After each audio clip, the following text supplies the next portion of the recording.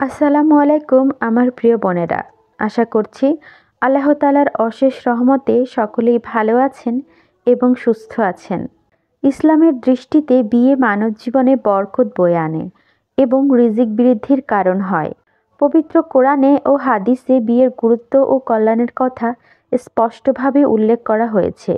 সামর্থ্য থাকা সত্ত্বেও বিয়ে থেকে বিরত থাকা ইসলাম সমর্থন করে না, বরং রাসূল সাল্লাল্লাহু আলাইহি সাল্লামের সুন্নত হিসেবে বিয়ে করা প্রত্যেক মুসলমানের জন্য অত্যন্ত ফজিলতপূর্ণ একটি কাজ।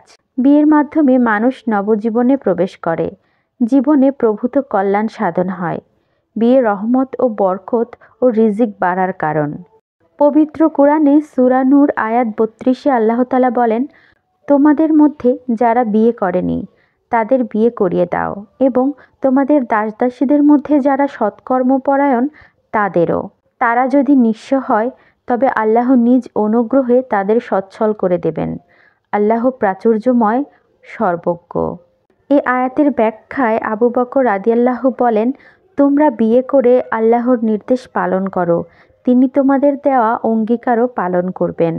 তিরমিজি ১৬৫৫-তে হযরত আবু হুরায়রা রাদিয়াল্লাহু থেকে বর্ণিত, রাসূলুল্লাহ সাল্লাল্লাহু আলাইহি সাল্লাম বলেছেন, ৩ ব্যক্তিকে সাহায্য করা মহান আল্লাহর কর্তব্য।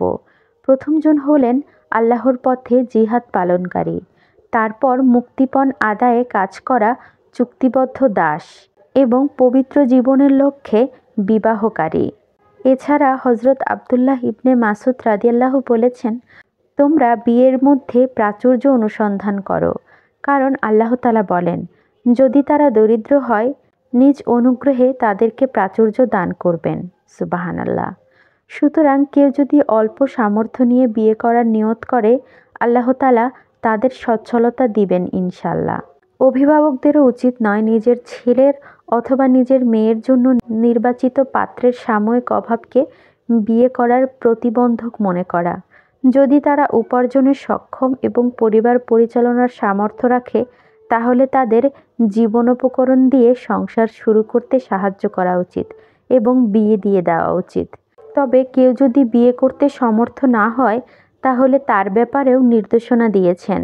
বুখারী হাদিস ১৯০৫। রাসূল সাল্লাল্লাহু আলাইহি সাল্লাম বলেছেন, হে যুব সমাজ, তোমাদের মধ্যে যার সামর্থ্য আছে সে যেন বিয়ে করে, কারণ তা দৃষ্টিকে অধিক অবনতকারী, প্রবৃত্তিকে অধিক দমনকারী। কোনো মুসলমানের উচিত নয় বিয়ে না করার পণ করা, কেননা রাসূল সাল্লাল্লাহু আলাইহি সাল্লাম বলেছেন, বিয়ে আমার সুন্নত, আর যে আমার সুন্নত অনুযায়ী আমল করে না সে আমার উম্মতভুক্ত নয়।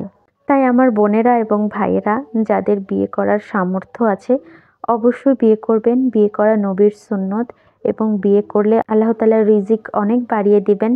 তাই অবশ্যই বিয়ে নিয়ে দুশ্চিন্তা না করে অবশ্যই নবীর সুন্নত, আল্লাহর নির্দেশনা আমাদের পালন করা উচিত। সবাই ভালো থাকবেন, আল্লাহকে ভালোবাসবেন, বেশি বেশি নামাজ পড়ুন, নিজেকে ভালো রাখুন, আর আমার জন্য দোয়া করবেন। চ্যানেলটি ভালো লাগলে সাবস্ক্রাইব করে দিবেন। আসসালামু আলাইকুম।